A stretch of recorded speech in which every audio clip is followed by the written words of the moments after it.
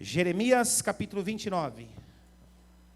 Jeremias capítulo 29, está lá mais ou menos, um pouquinho antes do meio da Bíblia. Jeremias capítulo 29.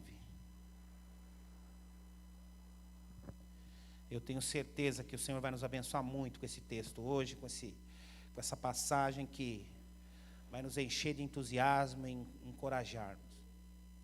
Amém? Achou aí Jeremias 29? Nós vamos ler a partir do versículo 4 até o versículo 14.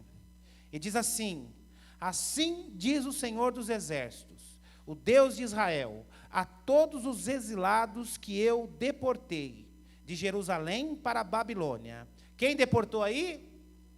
Quem deportou, irmãos? O Senhor deportou. Quando ele diz eu deportei, o Senhor deportou. E diz assim no versículo 5: edificai casas, habitai nelas, plantai pomares e comei o seu fruto. Tomai esposas e gerai filhos e filhas, e tomai esposas para os vossos filhos, e dai as vossas filhas a maridos, para que tenham filho e filhas. Multiplicai-vos e não vos diminuais. Procurai a paz da cidade, para onde vos deterei, e orai por ela ao Senhor, porque na sua paz vós terei paz. Porque assim diz o Senhor dos Exércitos, o Deus de Israel: não vos enganem os vossos profetas que estão no meio de vós, nem os vossos adivinhos, nem deis ouvidos aos vossos sonhadores, que sempre sonham segundo o vosso desejo. Versículo 9: porque falsamente vos profetizam, eles em meu nome, e eu não os enviei, diz o Senhor, não os enviei, diz o Senhor. Assim diz o Senhor: logo que se cumprirem para a Babilônia 70 anos, atentarei para vocês, e cumprirei para convosco a minha boa palavra, tornando-os a trazer-vos de volta a este lugar. Eu é que sei os pensamentos que tenho a vosso respeito, diz o Senhor, pensamentos de paz e não de mal, para vos dar o fim que desejais. Então me invocareis e passareis a orar por mim, e eu vos ouvirei. Versículo 13: buscar-me-eis e me achareis, quando me buscardes de todo o coração. Serei achado de vós, diz o Senhor, e farei mudar a vossa sorte. Congregar-vos-ei de todas as nações e de todos os lugares para onde vos lancei, diz o Senhor, e tornarei a trazer vocês ao lugar de onde vos mandei para o exílio. Pai querido, essa é a tua palavra, Senhor. Fala conosco nesta manhã, Senhor, mais uma vez. Faz mais uma vez, Senhor. Anima-nos, traz-nos a sua revelação. Fala conosco, Senhor. Ajuda-nos a entender aquilo que tu queres nesta manhã. Falar com cada um de nós, no santo nome de Jesus. Amém e amém. Irmão, a nossa vida é assim. A vida daqueles que amam a Deus, aqueles que reconhecem a Deus. Quanto reconhecem a Deus aqui como Senhor e Salvador da sua vida? Todos nós, graças a Deus, todos nós reconhecem a Deus como Senhor e Salvador da sua vida.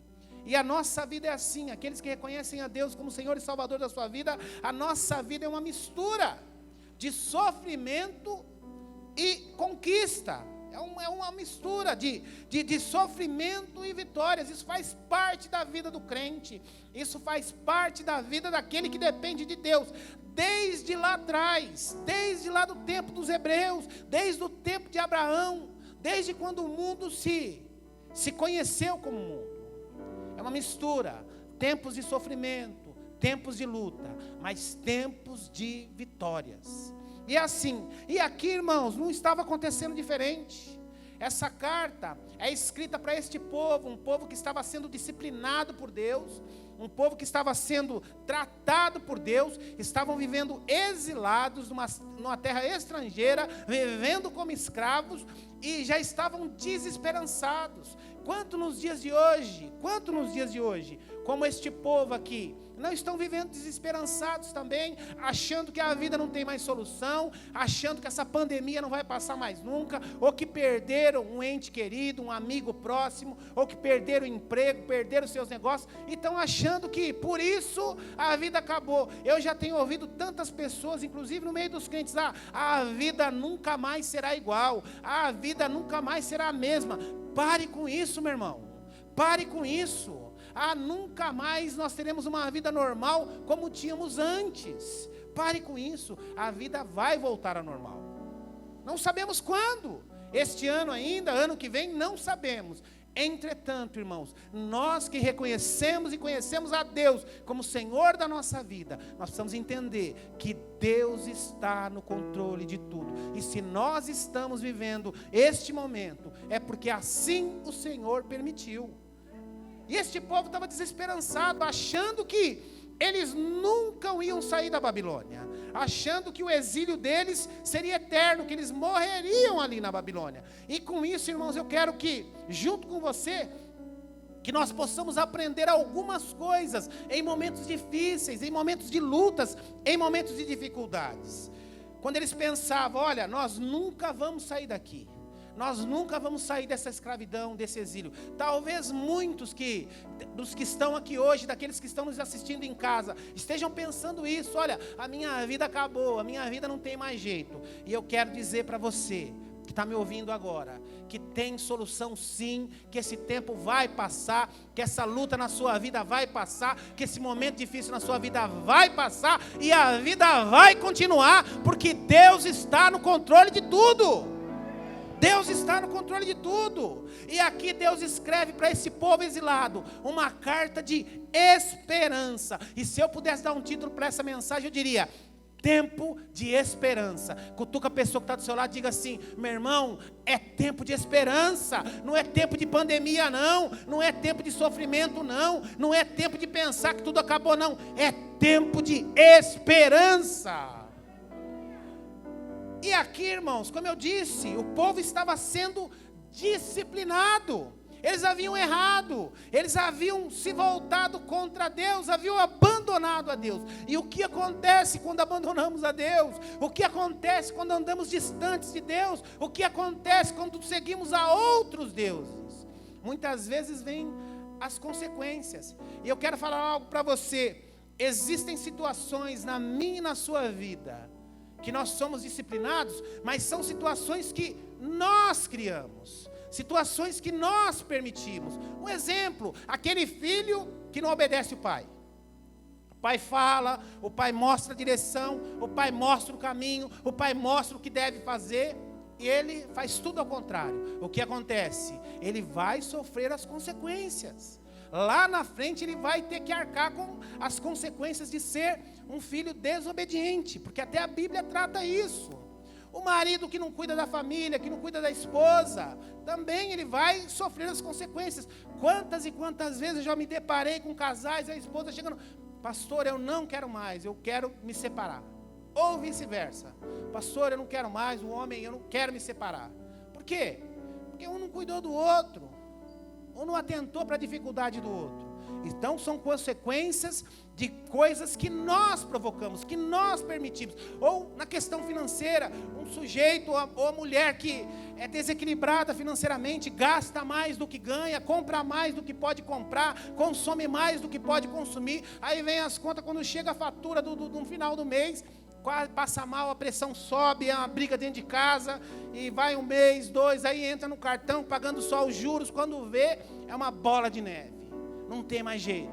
Por quê? Isso é culpa de Deus? Não, foram coisas que as nossas atitudes, o nosso comportamento gerou essa consequência. E esse povo exilado aqui na Babilônia, irmãos, eles estavam vivendo isso. Eles estavam sofrendo uma consequência de algo que eles haviam permitido. Eles haviam virado as costas para Deus. Eles haviam abandonado a Deus. E agora eles estavam sofrendo a consequência aqui. Deus havia permitido que eles fossem exilados para a Babilônia. Agora, existem outras situações, irmãos, que são permitidas por Deus. Você não fez nada. Você até estava caminhando bem, mas de repente na sua vida financeira aconteceu uma coisa lá, inesperada, uma circunstância que você não esperava, e você acabou se enrolando. Isso pode acontecer, ou na sua saúde, ou no seu casamento, ou enfim. Mas são coisas que nós que dependemos de Deus, precisamos entender: se Deus permitiu, isso tem algum propósito. Se Deus permitiu, Deus quer fazer alguma coisa por intermédio disso. Eu falei aqui a semana passada a respeito do apóstolo Paulo. Estava preso, estava encarcerado, e ele entendia que aquele cárcere, que aquela prisão era um propósito de Deus. Ele pretendia ir para Roma, mas foi para Roma algemado, preso, encarcerado. E ele diz: se o Senhor permitiu que eu fosse preso, é porque o Senhor quer fazer algo. E quando ele entende isso, ele começa a pregar para a guarda pretoriana e para todos aqueles da casa de César. Então ele sabia: olha, Deus permitiu, não era para mim ser preso, não fiz nada de errado. Agora, se Deus permitiu, é porque Ele quer fazer alguma coisa. Então, assim que eu e você precisamos enxergar a nossa vida. Se estamos passando por luta, se estamos passando por alguma dificuldade, existe algum propósito nisso. Deus quer fazer alguma coisa com isso. Olha o que diz lá no versículo 4, para que eu e você possamos entender, irmãos, porque muitas vezes nós achamos que o que Deus tem para nós, o que vem do céu para nós, são somente bênçãos, e são mesmo, Deus quer nos abençoar, mas muitas vezes as bênçãos vêm de uma maneira que nós não entendemos. Olha o que diz o versículo 4: assim diz o Senhor dos exércitos, o Deus de Israel, a todos os exilados, eu deportei. Ele está dizendo: olha, não foi os babilônicos, não, que os deportaram, eu deportei vocês. Eu permiti que vocês fossem deportados para a Babilônia. Ou seja, irmãos, ele está dizendo aqui, eu estou no controle de tudo. Isso está acontecendo na sua vida, mas eu permiti. Isso está acontecendo na sua vida, mas eu estou no controle. Lá na frente, você vai entender o propósito. Não pare diante das lutas, avance, avance. Ou seja, você ainda irá compreender o que eu queria com essa situação. Eu deportei. Então quando ele diz, olha, eu deportei, o coração desse povo já tinha que ficar tranquilo. Quando ele diz aqui, eu deportei, eu permiti, o povo já devia ficar em paz, porque se o Senhor permitiu, é o Senhor que vai nos livrar. Se o Senhor permitiu que nós viéssemos para cá, Ele não vai nos matar. Se o Senhor permitiu que nós viéssemos para cá, Ele vai nos sustentar, Ele vai cuidar de nós, Ele vai suprir as nossas necessidades. É assim que nós precisamos entender, porque aflição e progresso, aflição e avanço, aflição e vitórias caminham juntos na vida do crente. Aflição e progresso constantemente vão caminhar conosco até o final da nossa vida. É assim. Olha o que diz lá o versículo 5 e 6. Edificai casas e habitai nelas, plantai pomares e comei do seu fruto. Eles estão numa terra estrangeira, eles estão vivendo junto com os inimigos. Mas o que o Senhor fala assim? Olha, tente fugir, tente escapar disso, vá para outro lugar, tente fugir de noite. Ele diz: não, você está numa terra estrangeira, você está vivendo com os inimigos. Sabe o que eu quero que vocês façam? Façam casas, habitem aí, plantem. E aí ele continua no versículo 6: tomai esposas, gerais filhos e filhas, tomai esposas para os seus filhos, e as vossas filhas deem maridos para elas, para que tenham filhos e filhas, e multiplique, não se diminuam. Sabe o que ele está dizendo para mim e para você aqui, irmãos? Mesmo diante da dificuldade, mesmo vivendo no lugar em que nós não queríamos viver, mesmo estando no lugar em que nós não queríamos estar, mesmo convivendo com pessoas que nós não queríamos conviver, ele está dizendo: avance, toque a sua vida, não pare, saia da depressão, avance. Mesmo aí eu vou te abençoar, mesmo aí eu vou cuidar de você, mesmo aí eu estou contigo. É isso que ele está dizendo. Quantos e quantos passam por lutas, passam por dificuldades e param a vida, não querem fazer mais nada. Para mim eu parei, não quero mais saber, não quero mais saber da igreja, não quero mais saber do meu casamento, não quero mais saber da família, não quero mais saber disso, daquilo. Pare com isso. Ele está dizendo: avance, toque a sua vida, case os seus filhos, construa as casas, plante, avance, multiplique. Mesmo na terra do inimigo, eu te abençoarei. Mesmo diante dos inimigos, eu te abençoarei. Isso serve para mim e para você, irmãos. Quantos estão trabalhando num lugar que não queriam trabalhar, estão morando num bairro que não queriam morar, estão vivendo numa região que não queriam viver, estão num lugar que não queriam estar. Mas olha, é algo momentâneo. Deus vai te tirar daí se for a vontade dEle. Deus vai te preparar um lugar melhor se for a vontade dEle. Deus vai te dar um lugar melhor se for a vontade dEle. Deus colocará pessoas ao seu lado, pessoas melhores, se for da vontade dEle.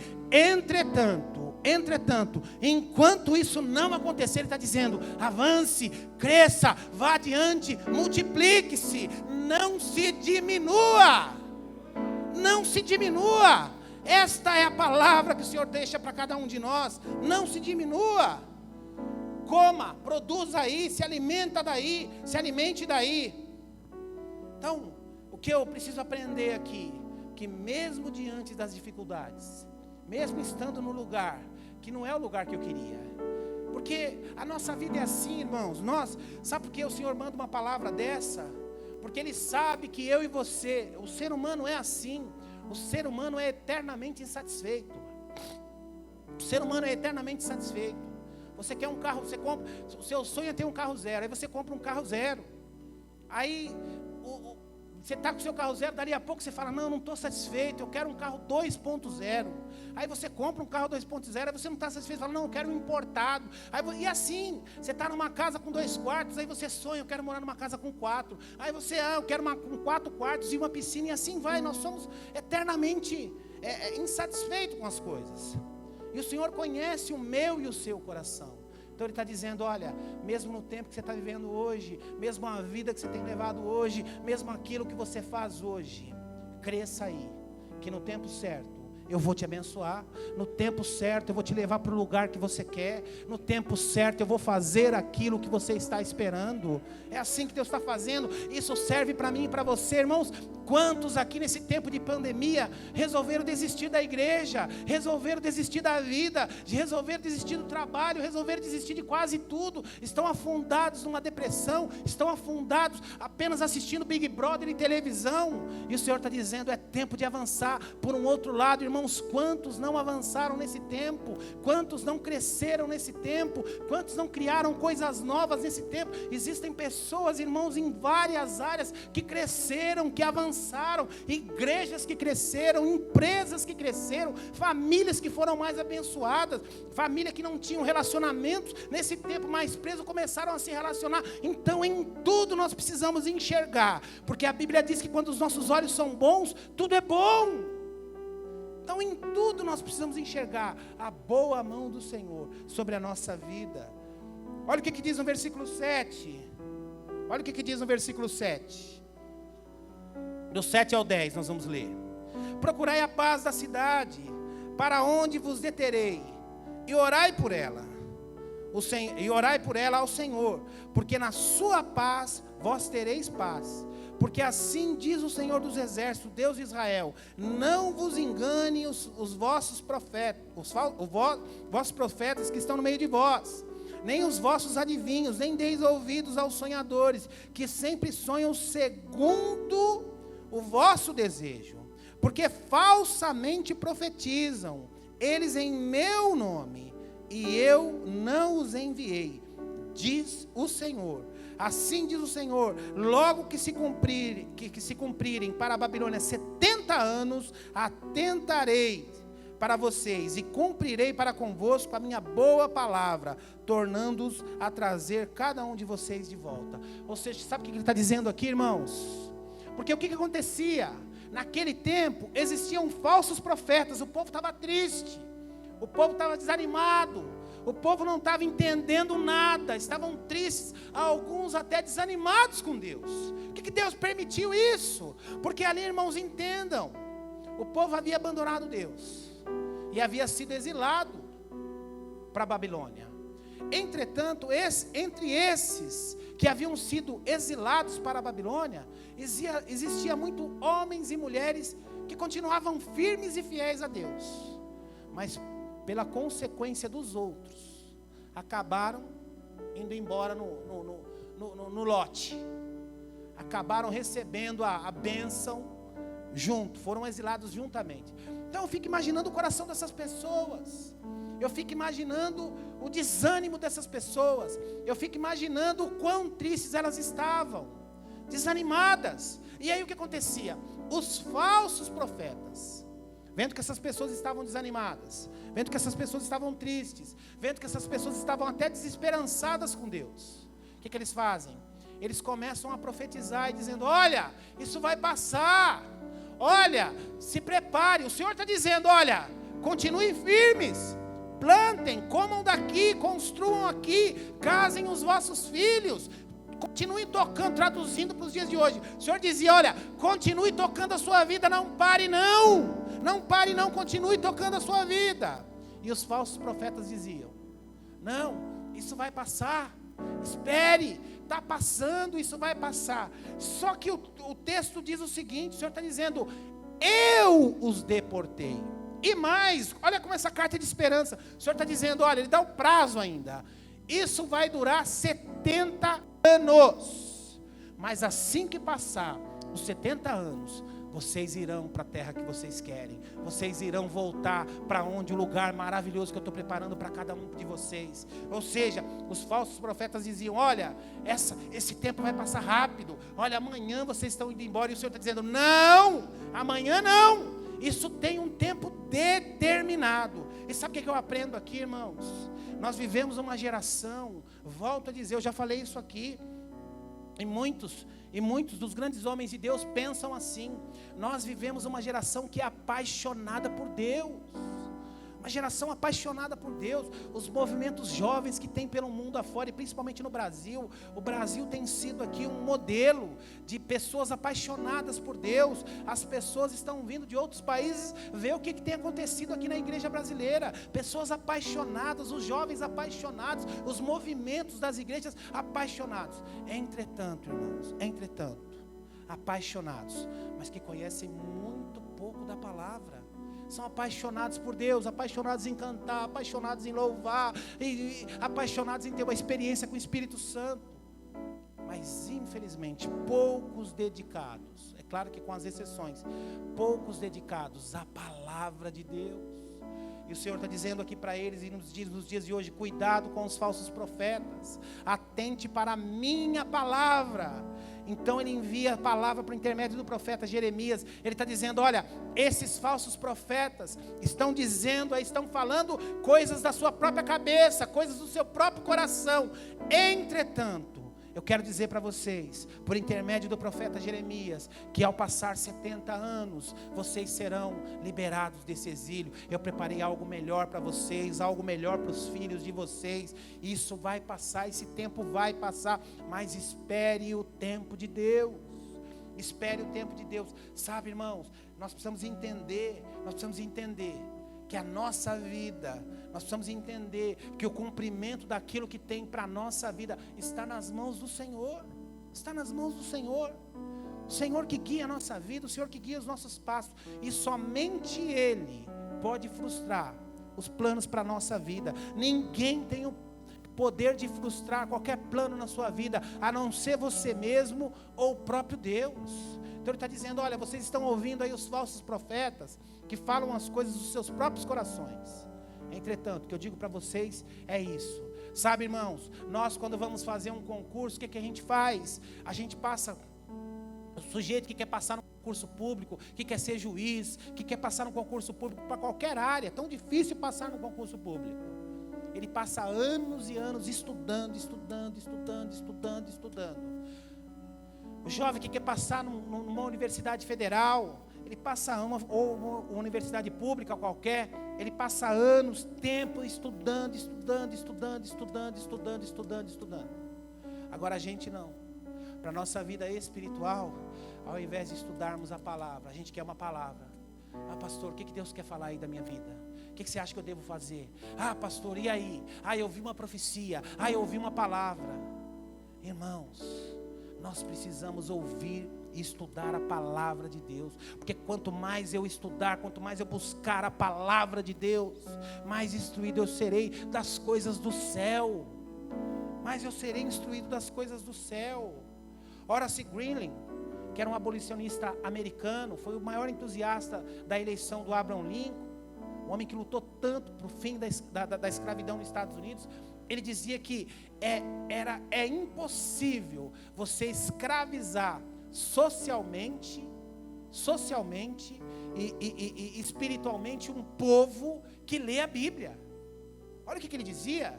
É impossível você escravizar socialmente e espiritualmente aquele que lê a Bíblia. Porque a instrução, irmãos, e a instrução, o conhecimento liberta.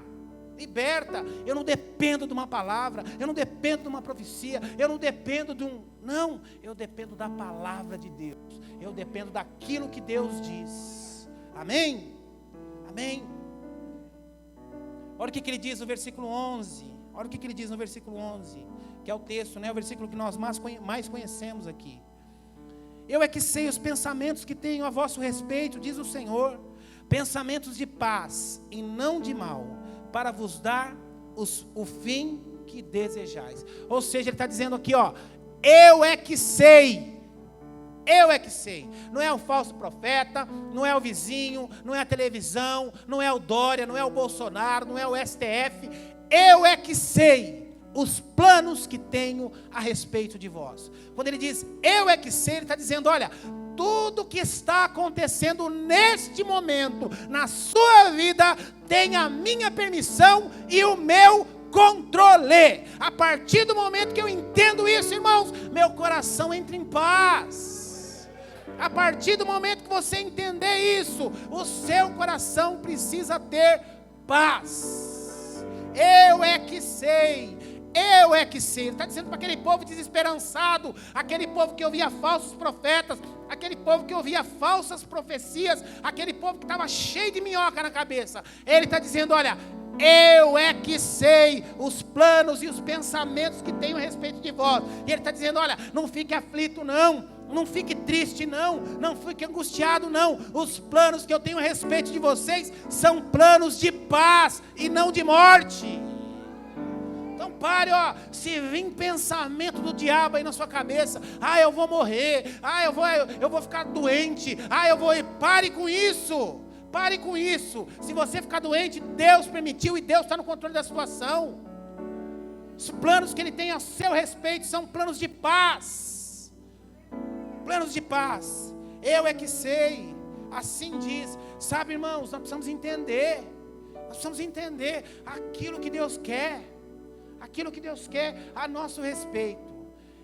Nós vimos nesses últimos dias aí, e eu não entrei nessa pilha, irmãos. Respeito quem entrou, não vou aqui falar mal de A ou B, mas eu não entrei nessa pilha. A guerra que foi feita é porque as igrejas estão fechadas. A guerra que foi feita é porque as igrejas... Se você pedir a minha opinião, a minha sincera opinião, eu acho que cada pastor deveria decidir se a sua igreja fecha ou não. Não tinha que entrar o STF, não tinha que entrar o governador ou o prefeito, mas é uma opinião pessoal minha. Eu acho que cada pastor tinha que se responsabilizar e decidir se ele abre ou não abre a sua igreja, respeitando todas as normas de segurança relacionadas à pandemia. Ele teria que decidir. Mas por um outro lado, eu vejo também que existem muitos pastores irresponsáveis, muitos. Mas eu acho que cada um devia se responsabilizar. E cada crente vai na igreja se quiser. Nós estamos com a igreja aberta aqui, um monte de irmão e irmã, pastor, eu não vou ainda, eu estou preocupado, pastor, não, eu vou segurar, pastor, eu vou fazer uma cirurgia, pastor. Amém, irmãos. Nós somos livres. O evangelho nos liberta. Por isso que eu acho que a igreja não deveria ter sido fechada. Entretanto, eu não entrei nessa pilha, irmãos.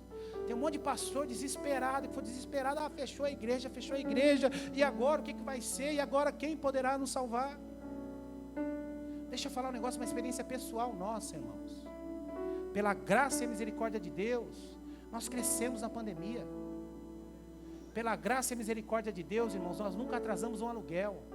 Pela graça e misericórdia de Deus, nós compramos 2 câmeras, compramos uma mesa de som, compramos um telão caríssimo, no meio da pandemia.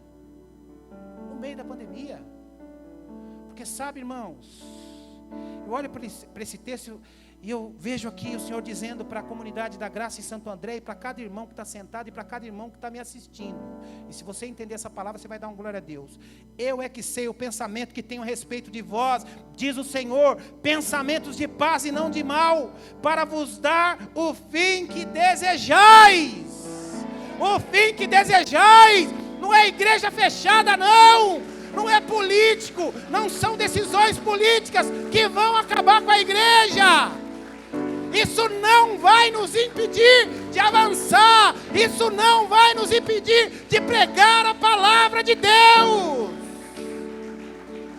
Sabe, irmãos, nossa igreja estava fechada, e a palavra de Deus, por intermédio dos vídeos que essa molecada prepara aí, chega aos 4 cantos do mundo. Já falei para vocês, as nossas mensagens aqui têm ido para Luxemburgo, para o Japão, para o Oriente Médio, para o Paraná, para o Rio Grande do Sul.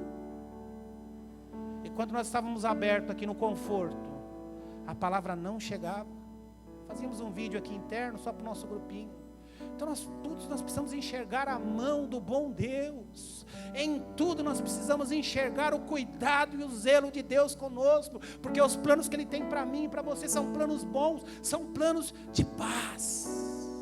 Planos de paz, planos bons. E olha o que diz lá no versículo 12, mas vamos concluir que a hora está passando rápido demais. Versículo 12, olha o que diz o 12. Então me invocareis e passarei a orar a mim, e eu vos ouvirei. Ou seja, irmãos, qual que era o projeto principal de Deus? Aquele povo estava muito abençoado, aquele povo estava próspero, aquele povo estava tendo uma vida tranquila. Entretanto, distante de Deus. E aí sabe o que o Senhor decidiu?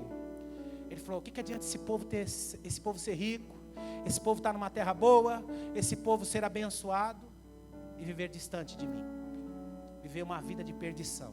Então o que o Senhor fez? Permitiu que eles fossem exilados, para que isso acontecesse.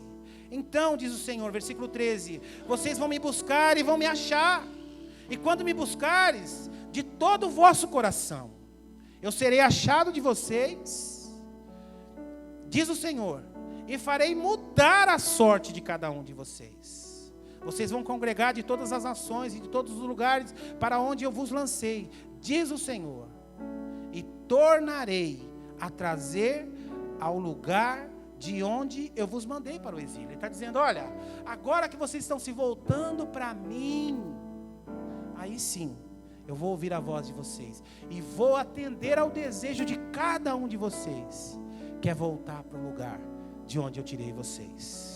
Sabe, meu irmão, deixa eu falar um negócio para você. O Senhor não está preocupado aqui, se você vai ter um bom emprego, se você vai ter um bom salário, se o seu filho não vai passar ou não vai passar na federal. O Senhor não está preocupado se você vai conseguir ou não vai conseguir comprar aquela casa dos seus sonhos, se você vai conseguir ou não vai conseguir pegar o seu carro zero. Ele não está preocupado. A preocupação principal do Senhor não é essa na sua vida. A preocupação principal do Senhor é se o seu coração está ligado ao coração dele. Porque aí, se o seu coração estiver ligado ao coração do Pai, essas coisas vêm a reboque. Essas coisas são consequências de um coração fiel e de um coração temente a Deus. Então o Senhor está dizendo aqui, eu permiti que vocês fossem exilados, para que vocês se voltassem para mim novamente. Olha que coisa linda, irmãos. Este é o cuidado de Deus com cada um de nós. Este é o zelo do Senhor com cada um de nós. Versículo 12, voltando para o versículo 12. Então me invocareis e passareis a orar por mim, e eu os ouvireis. E eu os ouvireis. Você pode ficar de pé um pouquinho? Eu quero orar com você. Quero orar com você.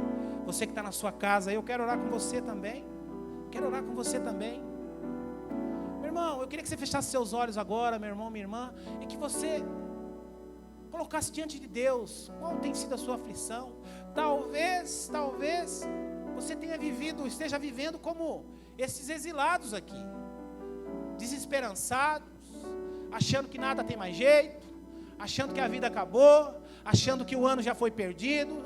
2020 já foi perdido, 2021 também já foi perdido a reboque. Talvez seus pensamentos sejam esses. Eu perdi meu emprego, perdi meu negócio, eu perdi alguém querido, para mim acabou. Talvez você esteja desesperançado ou desesperançada como este povo aqui. Mas ele diz: eu bem sei os planos que tenho a respeito de vós. São planos de paz, e não de morte, não de mal. E Ele diz, olha, mesmo em dias difíceis, mesmo diante da dificuldade, mesmo estando onde você não quer estar, ou seja, na dificuldade, na luta, mesmo vivendo o que você não quer viver, mesmo assim, avance, prospere, plante, multiplique. A ordem dele é essa, meu irmão, minha irmã. Então coloque aí diante do Senhor, feche seus olhos, coloque diante do Senhor qual a sua necessidade mais urgente. Senhor, me dá ânimo, Senhor, me dá esperança, Senhor, me ajuda a dar um novo passo, Senhor, me ajuda a cuidar melhor da minha família, cuidar melhor do meu casamento, Senhor, faz um milagre na minha vida. Diga isso a Ele, porque os planos dele para nós, irmãos, são planos de paz, são planos bons. Amém? Feche seus olhos, vamos orar. Pai querido, nós clamamos, ó Deus, pela sua boa mão sobre a nossa vida, Senhor. Pai querido, Tu és tão bom, Tu és tão bom, Tu és tão generoso. Oh Deus, faz-nos entender, Pai. Faz-nos entender aquilo que Tu queres com esse tempo que nós temos vivido, ó Pai. Dias difíceis, dias estranhos, dias de dificuldades. Mas Pai, diante de todas essas dificuldades, nós temos enxergado a Tua boa mão sobre nós. Pai, cuida da sua igreja, cuida de nós, cuida, Senhor, daqueles que estão desesperançados, aqueles que estão me assistindo, estão desanimados, desesperançados, achando que tudo acabou. Pai, não acabou, é apenas um recomeço, para aqueles que dependem de Ti. Pai, Tu conheces cada necessidade mais urgente, Tu conheces cada aflição, Tu conheces, ó Pai, cada inquietação de cada coração aqui. Pai, visita-os de maneira especial, de maneira sobrenatural. Faz isso, Deus, no santo nome de Jesus. Amém e amém. Glória a Deus. Você crê que a sua vida está nas mãos do Senhor? Você crê que os planos dele para a sua vida são bons? Então dê uma salva de palmas a esse Deus maravilhoso, digno de toda a honra e toda a glória. Aleluia, aleluia.